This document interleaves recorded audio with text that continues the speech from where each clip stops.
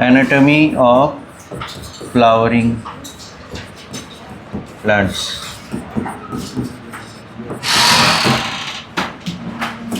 तो हमको ये बताइए कहाँ तक पढ़े थे हम लोग?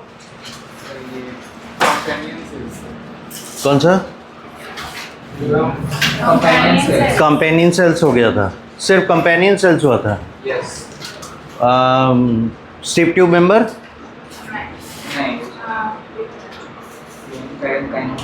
फ्लोएम पैरेन्काइमा हो गया था, कंपेनियन सेल्स हो गया, सिर्फ जाइलम तक। अच्छा, फ्लोएम में आना है, फ्लोएम में आए हैं हम लोग, ठीक है।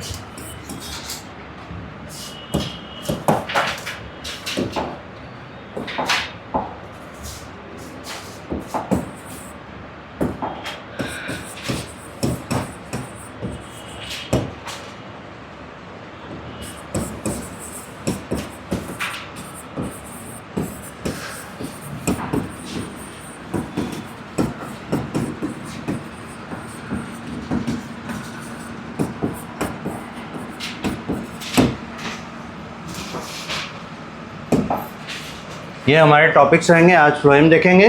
फ्लोएम कंप्लीट करने के बाद हम लोग देखेंगे टिश्यू सिस्टम कैसे ऑर्गेनाइज करता है फ्लावरिंग प्लांट्स में, यानी एंजियोस्पर्म्स में। तो एक बार फिर से हम लोग रिमाइंड कर लें कि फ्लोएम के कितने पार्ट हैं। फ्लोएम पैरेन्काइमा,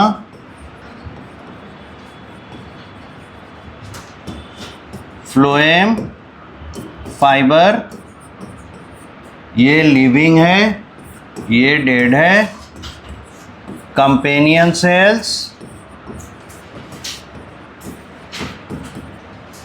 और है सीव ट्यूब मेंबर्स। ये भी लिविंग है, ये भी लिविंग है। अब जैसा आप देखें है ना,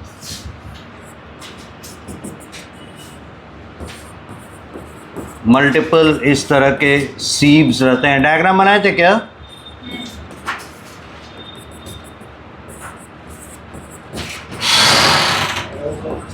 सही।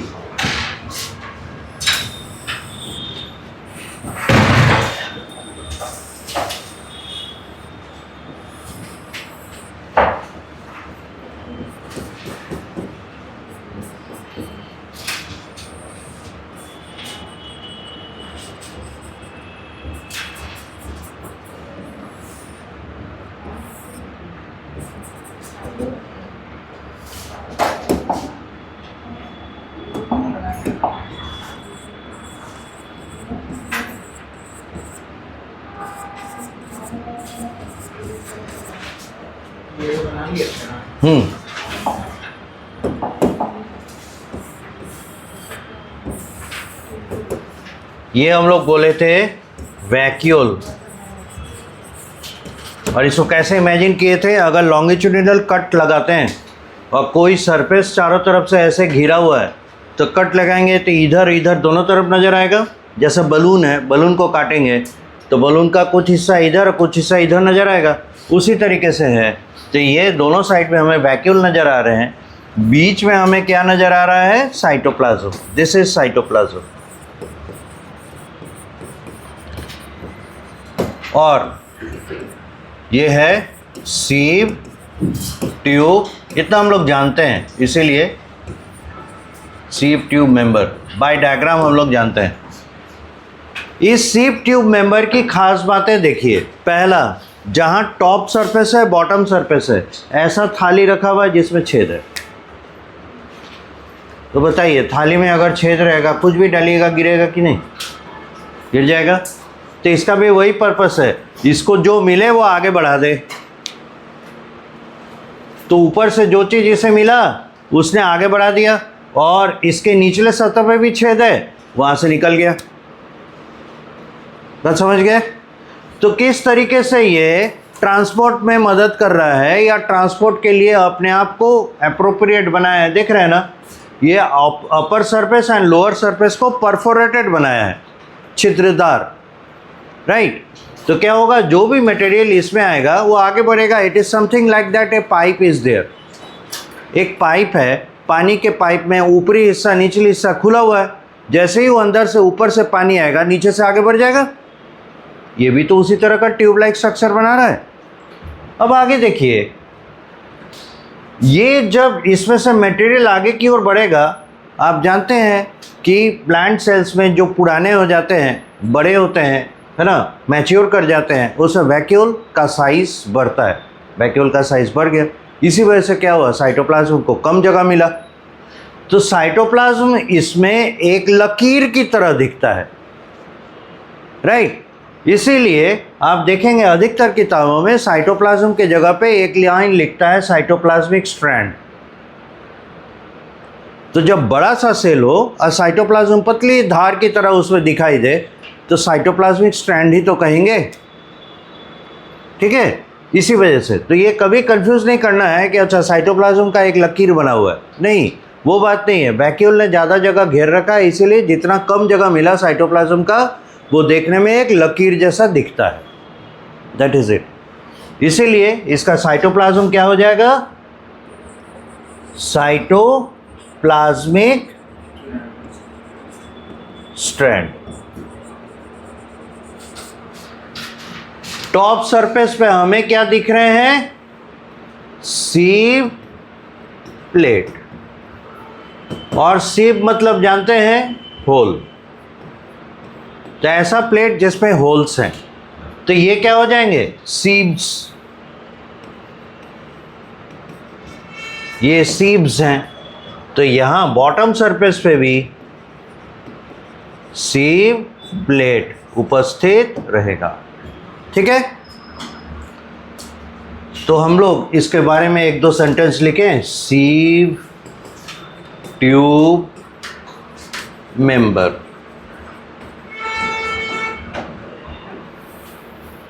पहला इंपॉर्टेंट सेंटेंस, कौन कौन से प्लांट्स में पाए जाएंगे, तो देखिए, they are present as sieve tube members in angiosperms,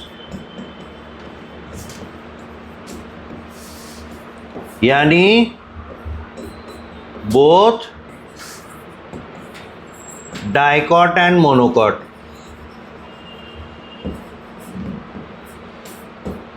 हम हमेशा कोशिश करते हैं जितना इन डेप्थ आपको नॉलेज दे सके उतना। तो कभी भी हम लोग अगर लिखते हैं एंजियोस्पर्म तो समझ लेना है डाइकॉट एंड मोनोकॉट बोथ।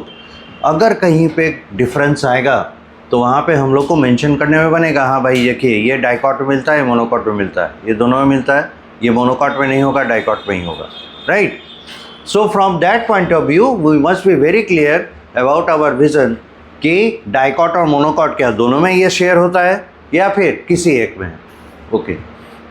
तो जब ये बात कहा जा रहा है कि ये केवल एंजियोस्पर्म में होते हैं, तो up to gymnosperm, pteridophyta and gymnosperm में क्या होता है, क्या उसमें इस तरह की संरचना नहीं होती?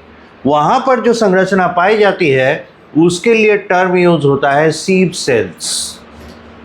तो that means they are not broader, not more advance, not more developed than the sieve tube members, ठीक है। इन Pteridophyta and gymnosperms,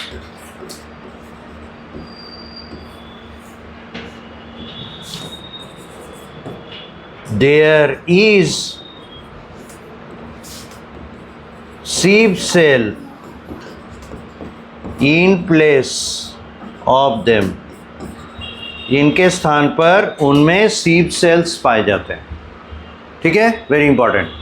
और जब हम लोग पैरेन्काइमा पढ़े तो वहाँ पर भी एक बात कहे हैं, देखिए पैरेन्काइमा टेरिडोफाइटा से लेके एंजियोस्पर्म तक पाए जाते हैं, लेकिन कंपेनियन सेल्स ये आते हैं कहाँ, एंजियोस्पर्म।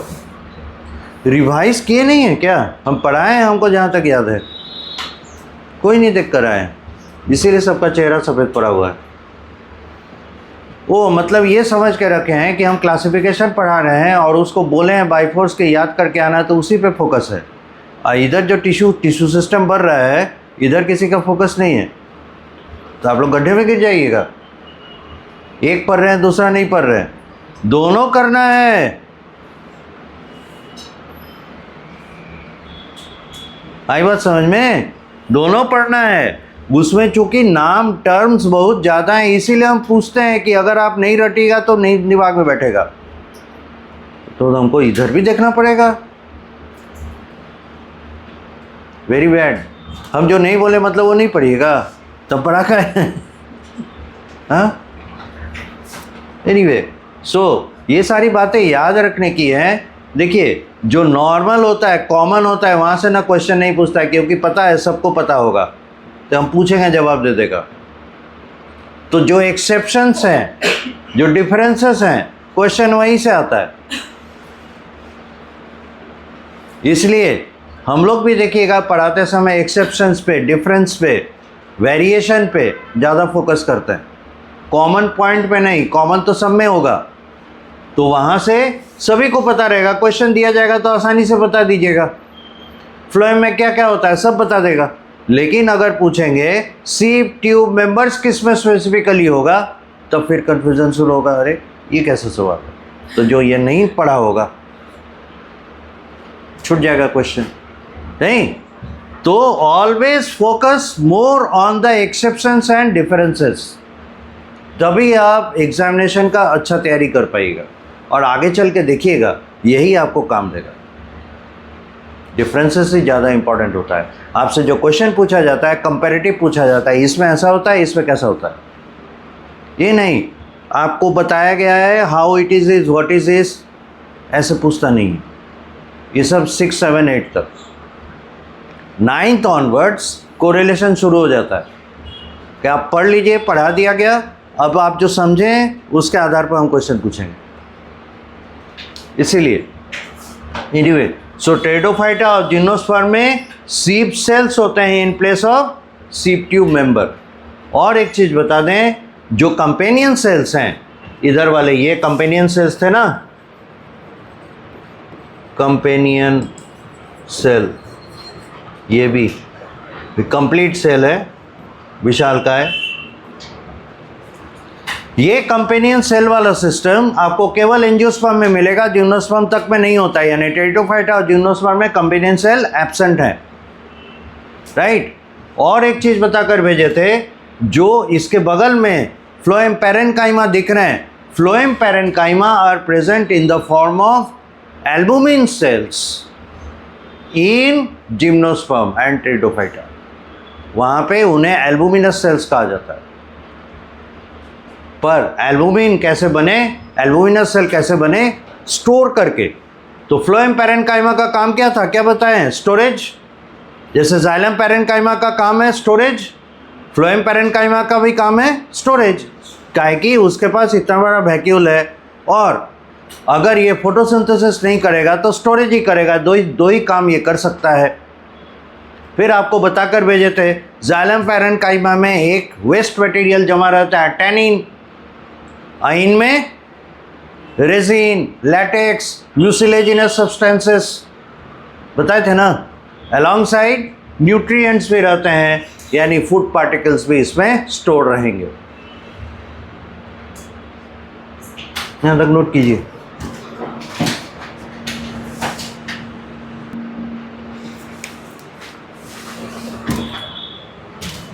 यहाँ तक हम लोग समझे। अब इसकी एक और ख़ास बात, इसके टॉप और बॉटम सरफेस में हम लोग को मिलते हैं sieve plates. Top and bottom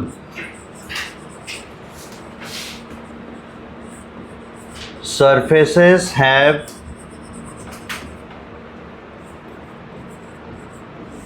perforated plates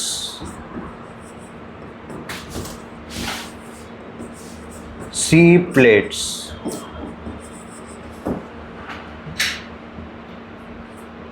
perforated करने का मतलब हो गया whole.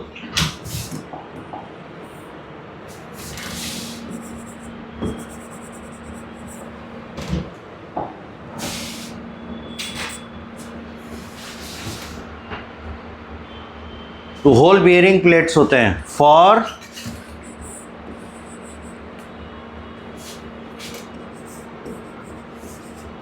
Food transport, for food transport, food material के ट्रांसपोर्ट के लिए ऐसा बना रहता है।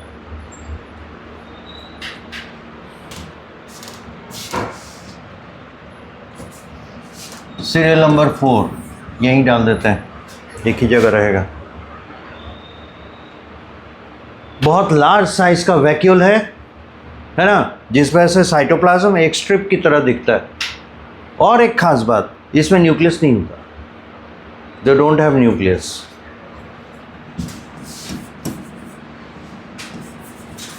They don't have nucleus.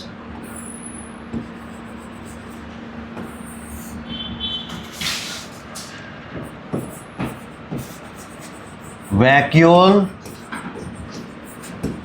large size, cytoplasm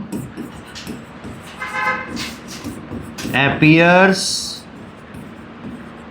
as a strip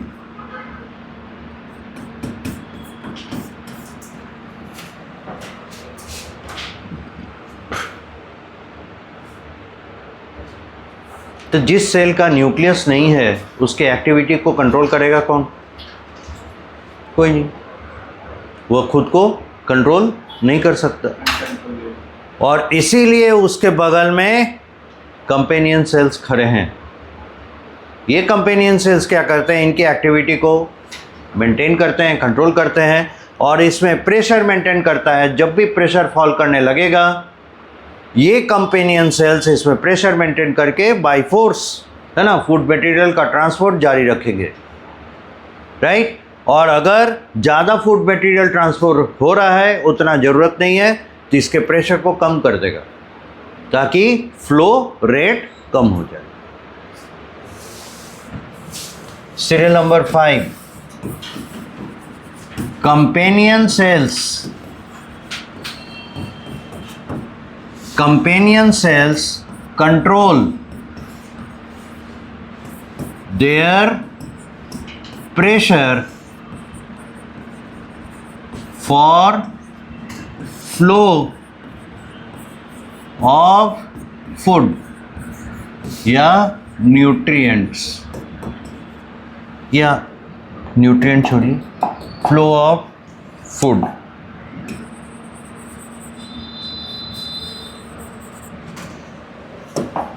by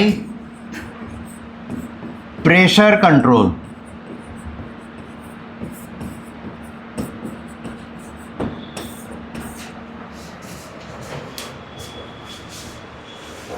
यहाँ तक नोट करें।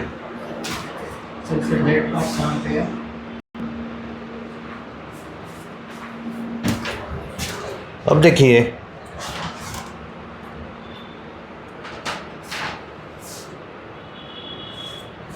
Okay,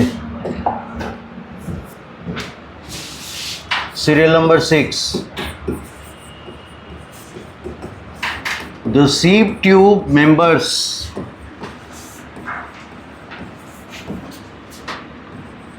are similar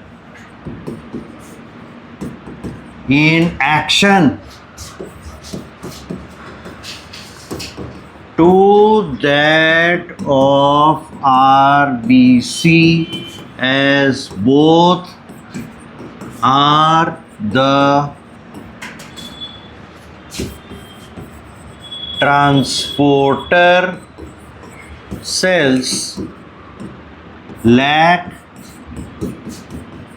nucleus and are still living। तो ये अनोखा है। एनिमल सेल में आरबीसी जो एक ट्रांसपोर्टर सेल है और इसके न्यूक्लियस नहीं होते। प्लांट सेल में ये हैं सीप ट्यूब मेंबर्स जो लिविंग हैं, ट्रांसपोर्टर हैं और इन पे भी न्यूक्लियस नहीं होते। इसके अलावा आपको प्लेटलेट्स मिलेंगे, उनमें भी न्यूक्लियस नहीं होते, लेकिन उनका काम ट्रांसपोर्ट करना नहीं है, इसलिए उसकी तुलना हम लोग इसके साथ नहीं करते, राइट। इसके बाद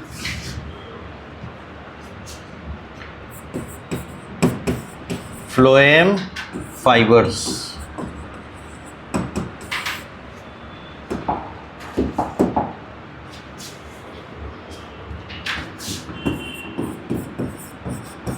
स्क्लेरेनकाइमेटस,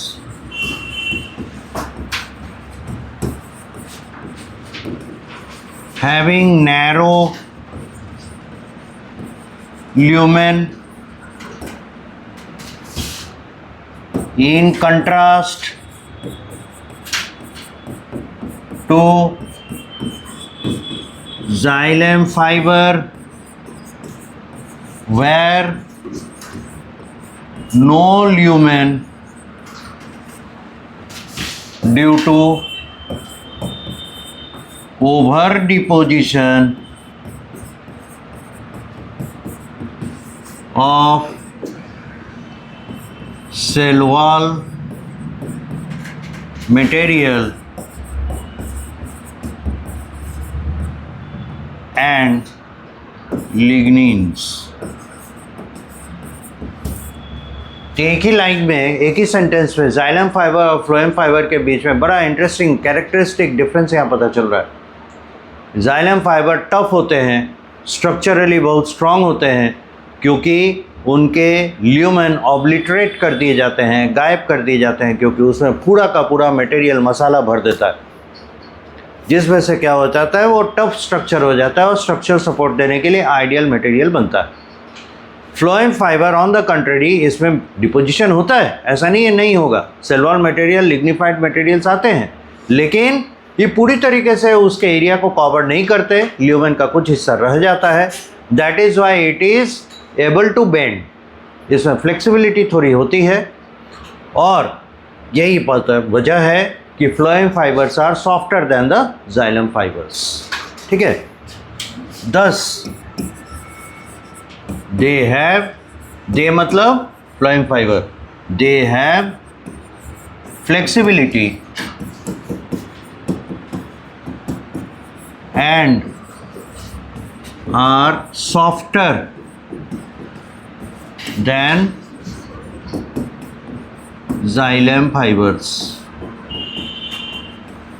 और इसीलिए फ्लोएम फाइबर जाइलम फाइबर से सॉफ्ट होते हैं। They are also called as bast fibers। Example jute, hemp etcetera,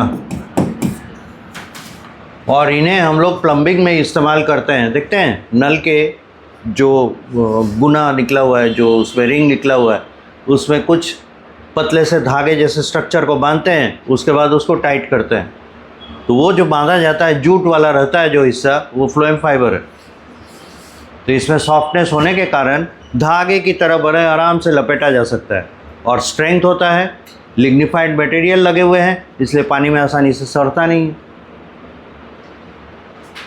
और एयर टाइट करने में बनता है, नहीं तो वाटर लीकी रह जाएगा वो, तो लीक को रोकने के लिए उसका इस्तेमाल किया जाता है।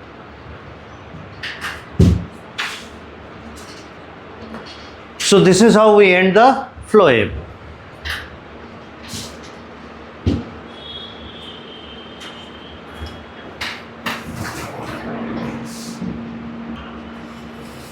चलिए अब हम लोग देखेंगे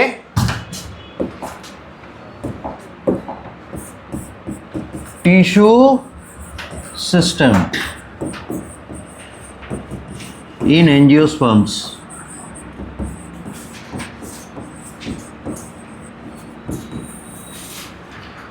देखिए है क्या, प्लांट और एनिमल दोनों है मल्टीसेलुलर, ठीक है ना। तो एनिमल का ऑर्गेनाइजेशन होता है पहले सेल, ढेर सारे सेल मिलकर बनाए टिश्यू, अलग अलग प्रकार के टिश्यू मिलकर बनाएंगे एक ऑर्गन को, और ऐसे ऐसे कई ऑर्गन मिलकर बनाएंगे एक ऑर्गन सिस्टम, और all together 13-14 system, 13-14 organ system मिलकर एक बनाएगा ऑर्गेनिज्म। जैसे स्टैंडर्ड मेडिकल कॉलेज में जाएंगे जहाँ एमबीबीएस की पढ़ाई, आपको 13 डिपार्टमेंट मिलेंगे, यानी 13 सिस्टम, हर सिस्टम के लिए एक डिपार्टमेंट। तो 13 सिस्टम है, 13 डिपार्टमेंट, ऐसे मान के चलिए। ऐसे भी गिन सकते हैं, digestive, respiratory, circulatory, excretory, nervous, reproductive, locomotion and movement, cutaneous, skin is a system. उसके बाद इम्यून सिस्टम या ब्लड सर्कुलेशन वाला, ब्लड का एक अलग मतलब एस्पेक्ट है इम्यूनिटी वाला, वो हो गया। फिर हमारे क्या कहते हैं, अलग सिस्टम में आई का आ जाता है, ऑप्थेल्मोलॉजी है। उसके बाद हमारे स्केलेटन के हैं, इस तरीके से अलग अलग होते चले जाएंगे।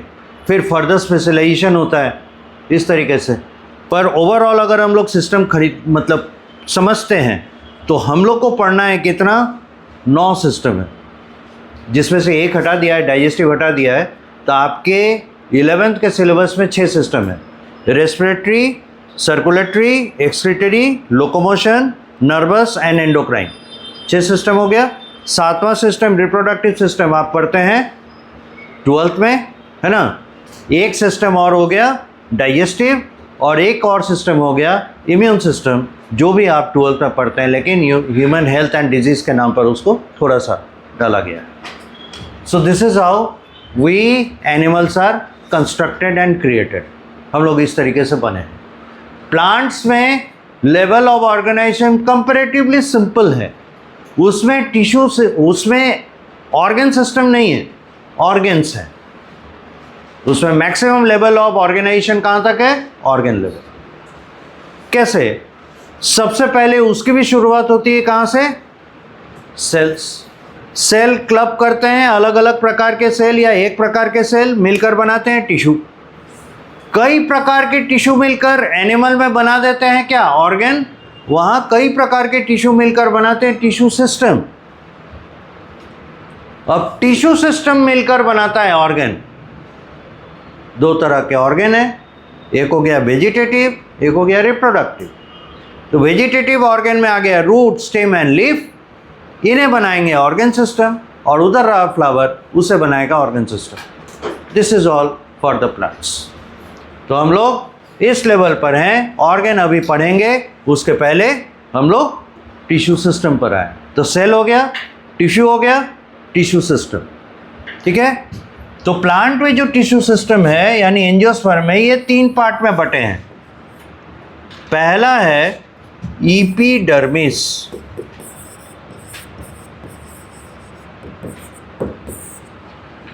दूसरा है ग्राउंड टिश्यू,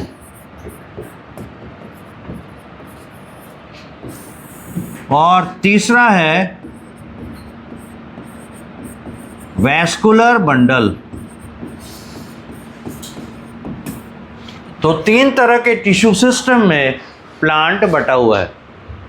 किसी भी जगह का एनाटॉमी देखिएगा, किसी भी जगह का सेक्शन काटिएगा, रूट का काटिए, स्टेम का काटिए, लीफ का काटिए, तो आपको एपिडर्मिस दिखेंगे ही, ग्राउंड टिश्यू दिखेंगे ही, और वैस्कुलर बंडल दिखेंगे। अब इनमें कौन कौन है, क्या क्या है, अब ये आगे बात करेंगे। पहले ये हो गया 3 पार्ट में बटा हुआ। Now we go for epidermis.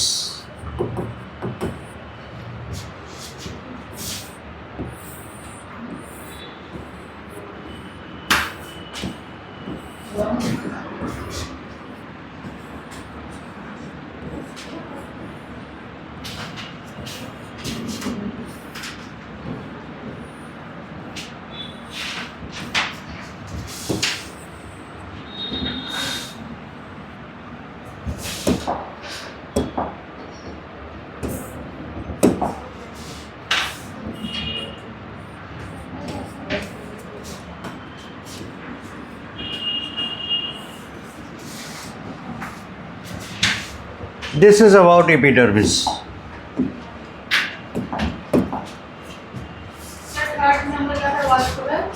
Bundle.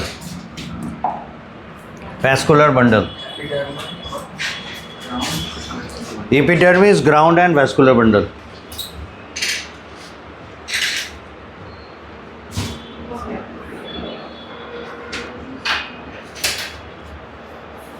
तीन पार्ट में बटे हुए हैं, तीन तरह के सिस्टम में आ गए हैं।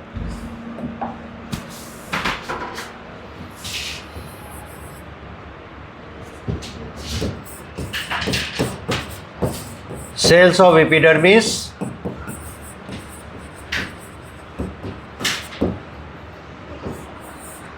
ये हो गया हेयर, ये हो गया क्यूटिकल, ये हो गया स्टोमाटा, और ये एरिया स्टोमा मतलब ओपनिंग।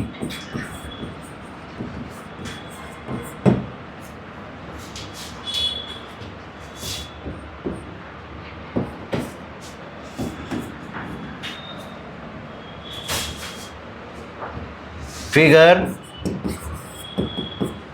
डायग्राम showing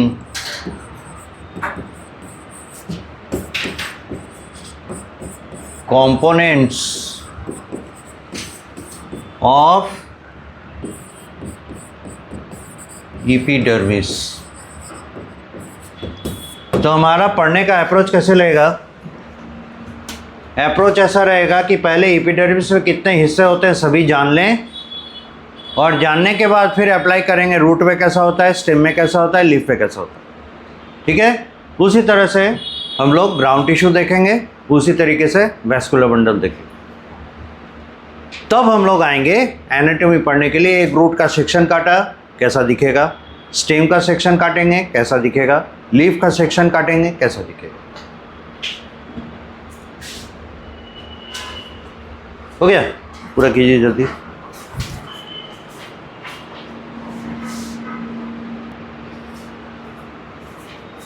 इससे पहले बात करते हैं इनके कंपोनेंट यानी सेल्स की।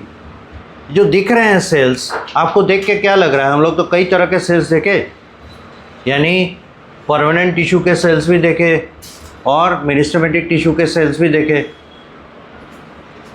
मतलब बाय वर्च्यू आवर नॉलेज, अपने नॉलेज से आप बता सकते हैं मेरिस्टेमेटिक होंगे कि परमानेंट होंगे। ये है सोचने वाला। ऐसे ही क्वेश्चन एक्सपेक्ट कीजिए। क्या होना चाहिए? मेरिस्टेमेटिक होना चाहिए कि परमानेंट होना चाहिए? तो मेरिस्टेमेटिक होगा। मेरिस्टेमेटिक होना चाहिए। क्यों? क्योंकि एपिडर्मल लेयर आउटर लेयर होता है तो हमेशा वो शेड ऑफ करते रहता होगा, वेरिंग केयरिंग उसमें लगा रहता होगा। हाँ, इसलिए भी एपिडर्मिस हो सकता है मेरिस्टेमेटिक। अच्छा। और किसी का कोई ओपिनियन?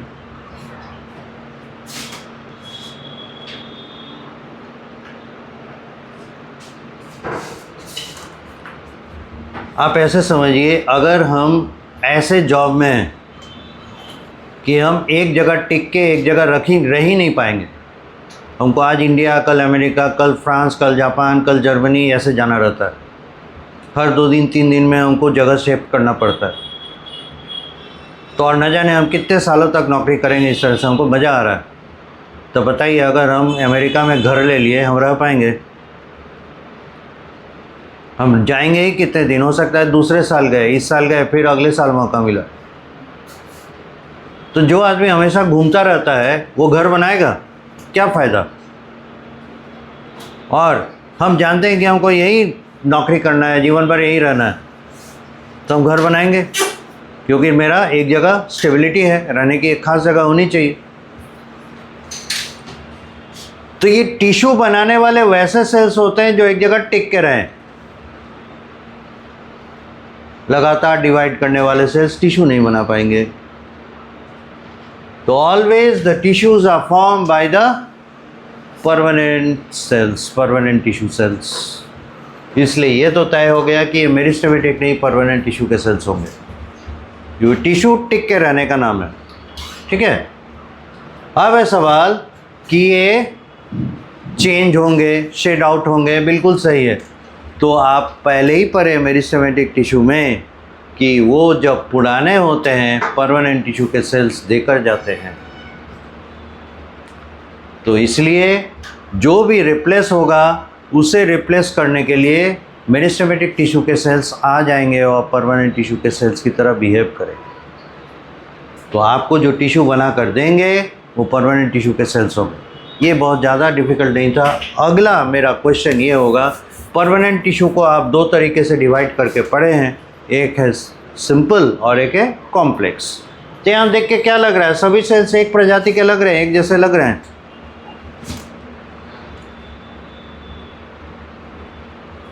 कैरेक्टरिस्टिक सिमिलर लग रहा है या डिसिमिलर लग रहा है?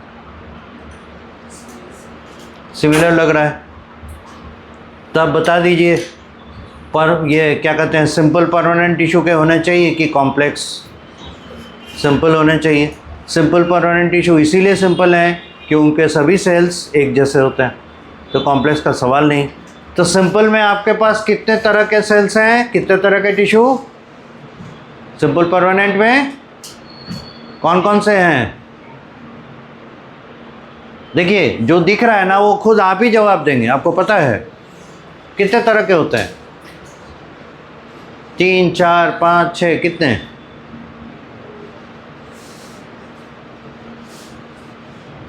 ये देखिए हमारी सेना। हाँ, सिंपल परमानेंट में कितने टाइप होते हैं? तो यही तो तब से पूछ रहे हैं, 3 टाइप बोल दीजिए। इसमें कितने लिविंग हैं? 2 लिविंग है, 1 डेड है। तो यहाँ पे क्या लगता है, ये डेड होने चाहिए? नहीं, ये लिविंग है।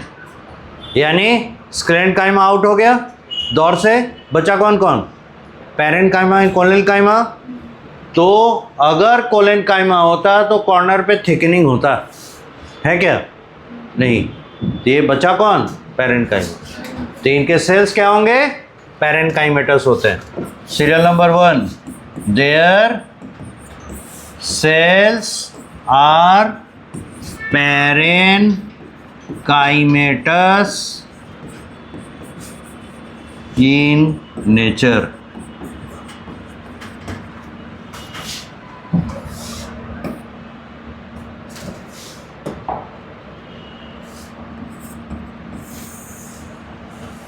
Parenchymatous in nature.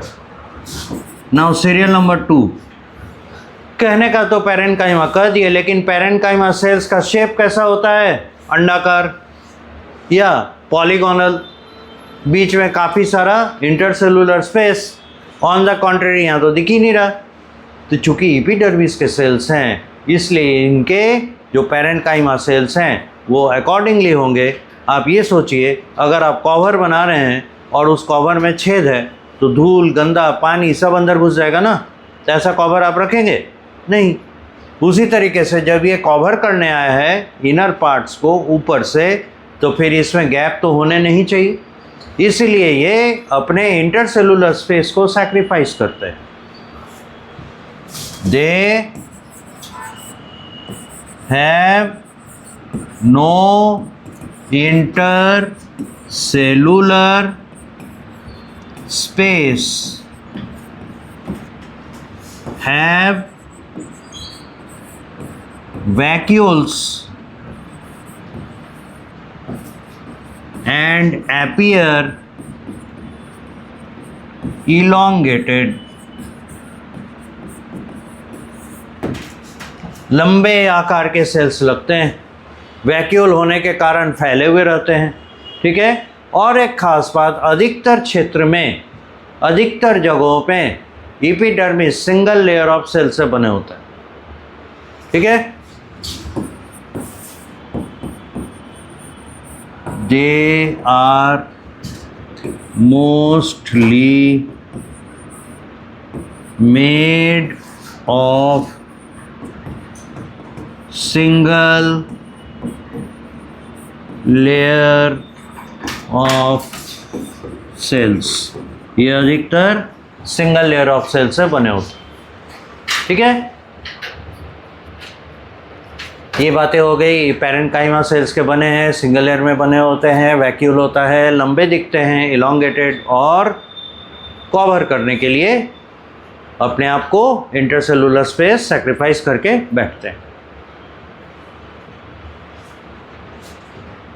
अब देखिए इस पर ना हेयर्स दिखाई पड़ रहे हैं, राइट। सीरियल नंबर क्या होता है?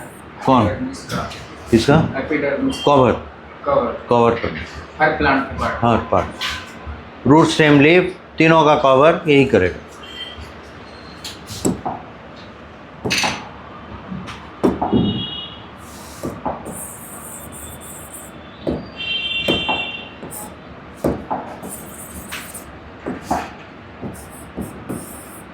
Serial number 4.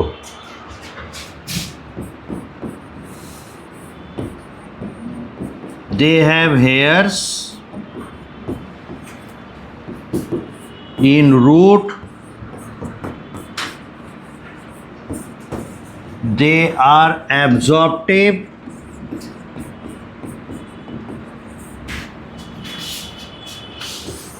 As root hairs absorb water and mineral.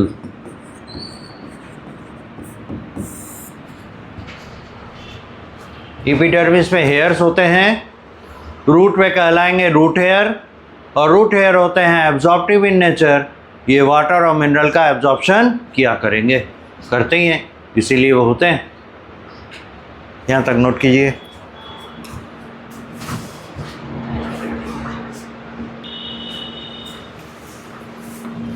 तो हेयर्स के बारे में जाने, और हेयर्स में हम लोग देख रहे हैं अगर रूट पर पाए जाएंगे तो इनका काम यहाँ पे हो जाता है एब्जॉर्प्शन। और जग जाहिर बात है कि रूट हेयर्स क्या करते हैं, वाटर एंड मिनरल का ही एब्जॉर्प्शन करते हैं, तभी तो पूरा प्लांट जिंदा है इस रूट हेयर के वजह से।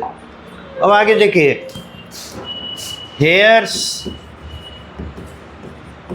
in stem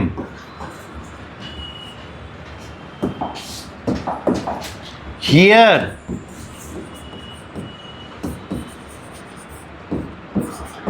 they are called trichomes। यहाँ इन्हें ट्राइकोम के नाम से बुलाया जाता है। तो रूट हेयर और ट्राइकोम में अंतर अभी प्रकट होगा। The root hairs are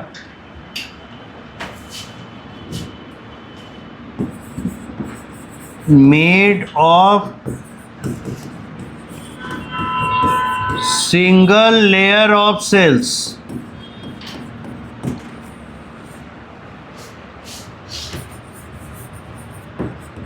whereas trichomes are multicellular।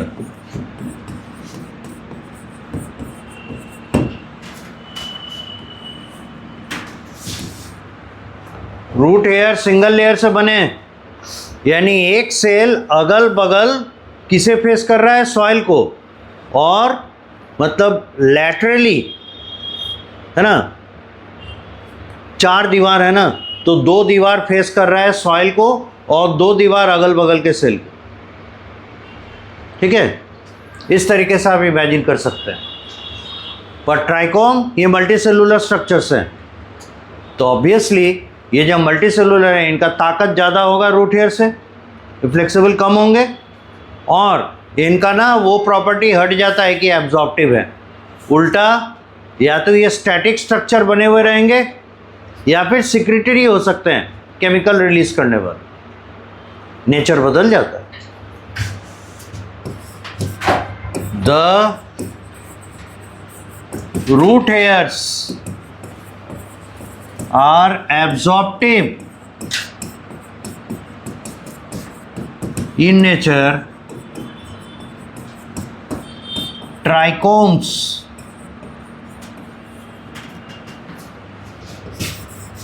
are either fine hair like secretory in nature or static hard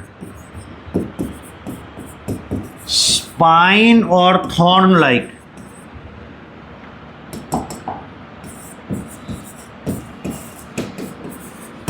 in nature। तो ये दो तरीके से नजर आ सकते हैं, या तो ये एकदम बाल जैसा नजर आएगा, हल्के पतले, है ना, धागे की तरह। तो अगर वैसे रहे तो ये सिक्रेटरी होंगे, इनसे कुछ बाहर आएगा, कुछ मटेरियल। और नहीं, और अगर ये कड़े मजबूत हो गए तो कांटा की तरह रहेंगे, चुभेंगे। तो दोनों चीज़ क्या बता रहा है, क्या काम करता होगा, इससे क्या अचीव होगा, क्या हासिल होता होगा, जरा सोचिए। तो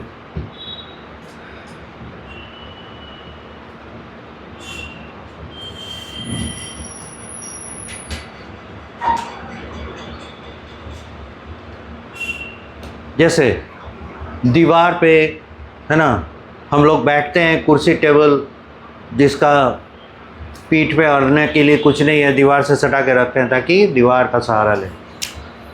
अब अगर हम देख रहे हैं मेरे यहाँ जो भी आ रहा है दीवार से सट के बैठ रहा है, उसका पेंट उड़ रहा है, तो गुस्सा आ गया, तो हम क्या किए, दीवार पे कांटा लगा दिए। अब आओ जाके ठहरो, तो हमेशा ऐसे दूर रहेगा। ये जो थॉर्नी स्ट्रक्चर लगा है, इससे क्या मिला हमको, दीवार को, हमारे दीवार को क्या मिला, सेफ्टी मिला। तो उसी तरह से प्लांट्स अगर ऐसे चुभने वाले या केमिकल रिलीज करने वाले स्ट्रक्चर्स रखेंगे, इससे क्या हासिल होगा, सेफ्टी मिलेगा, ताकि जानवर इसे खाकर ना जाए, कीड़े मकोड़े उस पर ना बैठें, इन्फेक्टिंग एजेंट्स उस पर अटैक ना करें। तो trichome are basically for the safety, protection of the plant part, whereas root hairs are basically for absorption. This is the basic difference between the trichomes and the root hairs. समझ में आया? तो यही epidermis है, एक जगह जहाँ पे हेयर दे रहा है वो एब्जॉर्ब कर रहा है, यही एपिडर्मिस है, जगह बदल गया, प्रोटेक्शन दे रहा है। समझ गए? 10 trichomes are protecting in nature। देखिए ये सारी बातें एनसीईआरटी में लिखी है, हम कुछ भी अलग से जोड़ नहीं रहे, एक आध कुछ एक्स्ट्रापोलेट करके आपको बता रहे हैं, लेकिन आप पढ़ते समय इस पॉइंट ऑफ व्यू से पढ़िएगा। ये आपको एक गाइडलाइन दे रहा है कि हम जब भी पढ़ें उसके बारे में कैसे सोचेंगे। एनसीईआरटी बुक तो पढ़ना है, इज़ ए मस्ट, है ना। आपको बार बार बताएं कि क्लास ख़त्म होने के बाद एनसीईआरटी बुक में मार्क कीजिएगा कि सर कहाँ से कहाँ तक गए, और वो मेरा होमवर्क हो गया, वहाँ तक हमको पढ़ के आना है। और जहाँ पे हम अटकेंगे, जो बात नहीं समझ में आएगी, उसे पूछ कर हम अगले क्लास में, क्लास शुरू होने के पहले क्लियर करेंगे, ताकि आगे का जब पढ़ाई हो तो मेरा बैकअप सही हो जाए। ये हर एक स्टूडेंट को करना है, हम बार बार नहीं बोलेंगे। तो जब भी पढ़िएगा अप्रोच अपना ऐसा रखिएगा, क्योंकि जब आप समझेंगे तभी आप आंसर दे पाएंगे क्वेश्चंस का। इसीलिए एनीवे, एक चीज़ ये हुआ, if the trichome is thin, hair like, mostly at their below surface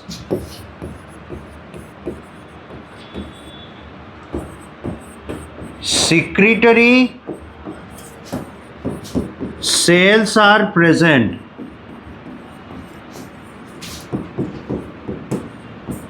In that case, the trichomes are glandular in nature. अगर इनसे कोई पदार्थ बाहर की ओर स्रावित हो रहा है, सिक्रेट हो रहा है, तो कोई तो प्रोड्यूस कर रहा होगा, तब तो उस रास्ते बाहर आ रहा है। तो जो सिक्रेट करेगा, वैसे सिक्रेटरी सेल्स जब इसके एसोसिएशन में बॉटम साइड में होंगे तो ऐसे ट्राइकोम कहलाएंगे ग्लैंडुलर, ग्लैंड वाले ट्राइकोम। ठीक है। और जहाँ पे ये थॉर्नी रहेगा वहाँ पे ग्लैंडुलर नहीं होंगे।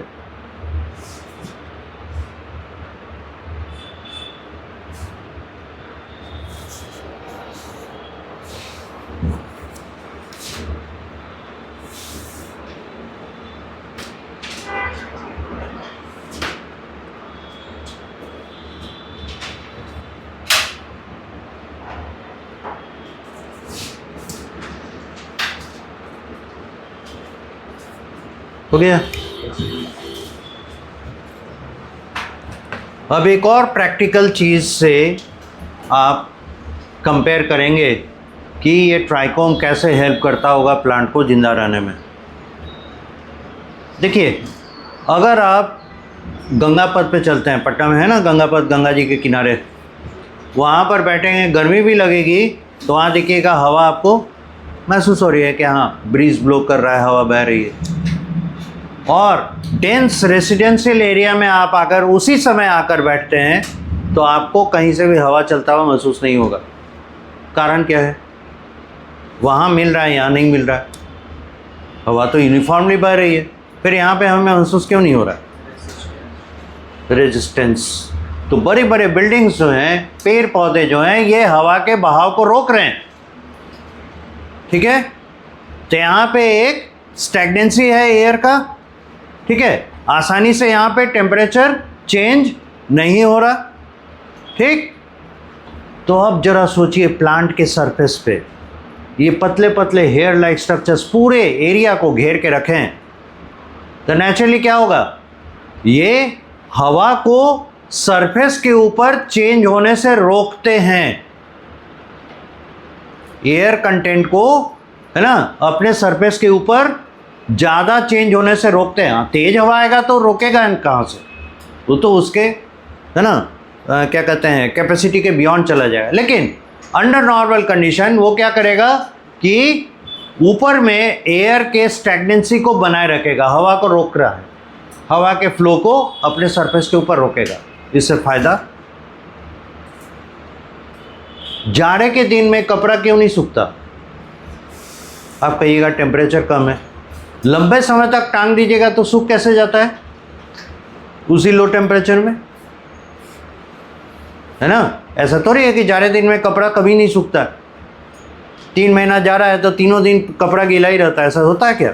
सूखता है ना। क्यों? तो टेम्परेचर चाहे कुछ भी हो, हवा के फ्लो के कारण आपके कपड़ों में जो नमी है वो नमी लेकर चला जाता है, वो इसीलिए कपड़े सूख रहे हैं। समझ में आया हम क्या कहाँ से इसको जोड़ रहे हैं? अगर ट्राइकोम रहेंगे सरफेस पे, हवा के ब्लो को कम करेगा, तो उसके सरफेस पे जो नमी है उस नमी को लेके उड़ने में नहीं बनेगा। इससे क्या होगा? प्लांट मॉइस्ट रह पाएंगे और वो टेम्परेचर शॉक से बचे हुए रहेंगे। तो ट्राइकोम एक और मदद करता है, टेम्परेचर शॉक से बचाता है, ट्रांसपिरेशन को कम करता है, जिससे कि evaporation mediated drying of the plant parts नहीं होती। लिखिए, trichomes on the surface, trichomes on the surface, trichomes on the surface prevent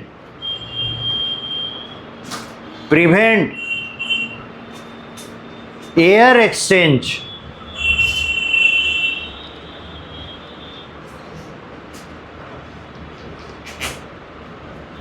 and that is why maintaining and that air exchange and that is why maintaining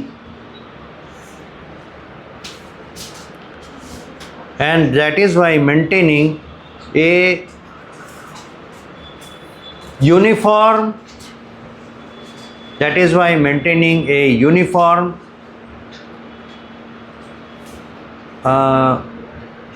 condition, uniform condition over the surface, uniform condition over the surface, full stop. It results into lesser temperature change, it results into lesser temperature change and it results into lesser temperature change and lesser transpiration, TRANSPIRATION, lesser transpiration, bracket में लिख दीजिए evaporation of air, bracket में transpiration के बगल में evaporation of air, bracket बंद.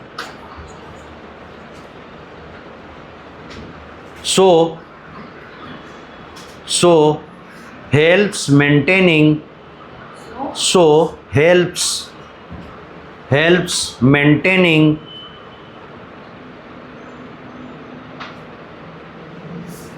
proper moisture,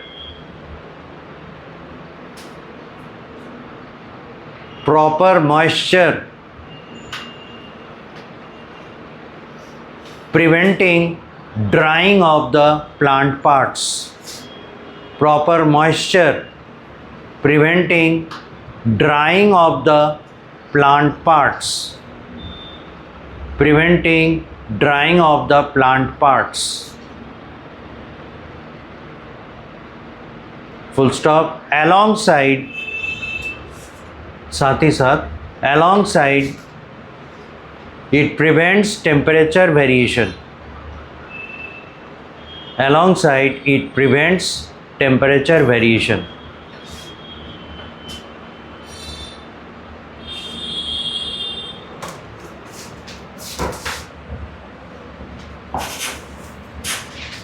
Prevents temperature variation.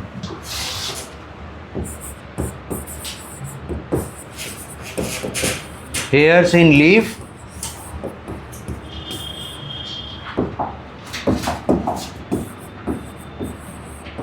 same as hairs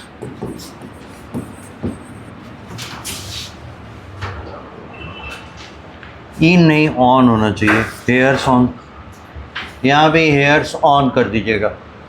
same as hairs on stem, trichome. तो root पर रूट हेयर, स्टेम और लीफ पे ट्राइकोम. ठीक है.